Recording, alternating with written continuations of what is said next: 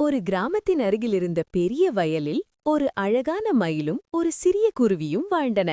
மயிலின் தோகை நிறங்கள் பொலிவோடு ஜொலித்தன. அதனால்தான் மற்ற பறவைகள் எல்லாம் அவனை பார்த்து வியந்தன. ஆனால் மயில் மிகவும் பெருமை பேசுபவன். என்னைப் போல அழகானவன் இந்த வனத்தில் யாரும் இல்லை என்றவன் தினமும் சொல்வான். சிறு குருவி இதைக் கேட்டாலும் அமைதியாக இருந்தது. ஒருநாள் மழை மேகங்கள் சேர்ந்து திடீரென பெரிய புயல் வந்தது. மரங்கள் அசைந்து பட்டாம்பூச்சிகள் கூட பறக்க முடியாமல் இருந்தது.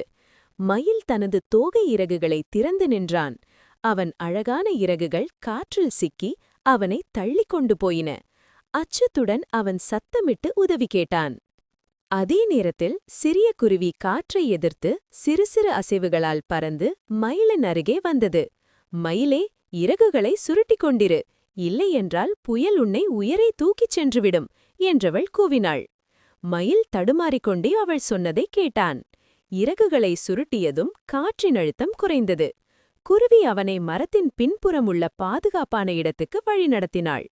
புயல் அடங்கிய பின் மயில் ஆழமாக மூச்சை விட்டான். சிறு குருவியே, என் அழகை வைத்து நான் பெருமை கொண்டேன். ஆனால் உண்மையில் துணிச்சல், அறிவு, நல்ல மனம் இவையே முக்கியம் என்பதை நீ எனக்கு கற்றுக் கொடுத்தாய் என்று மனமாறி கூறினான். குருவி சிரித்தாள். அழகு கண்களால் பார்க்கப்படும் ஒன்று, ஆனால் நல்ல மனம் எல்லாரின் இதயத்தையும் வெல்லும் என்றாள். அந்த நாளிலிருந்து மயிலும் குருவியும் நல்ல நண்பர்களாகி பிற பறவைகளுக்கும் பணிவின் அருமையை சொன்னார்கள். பாடம்: அழகை விட நல்ல மனமும் பணிவும் மனிதனை உயர்த்தும்.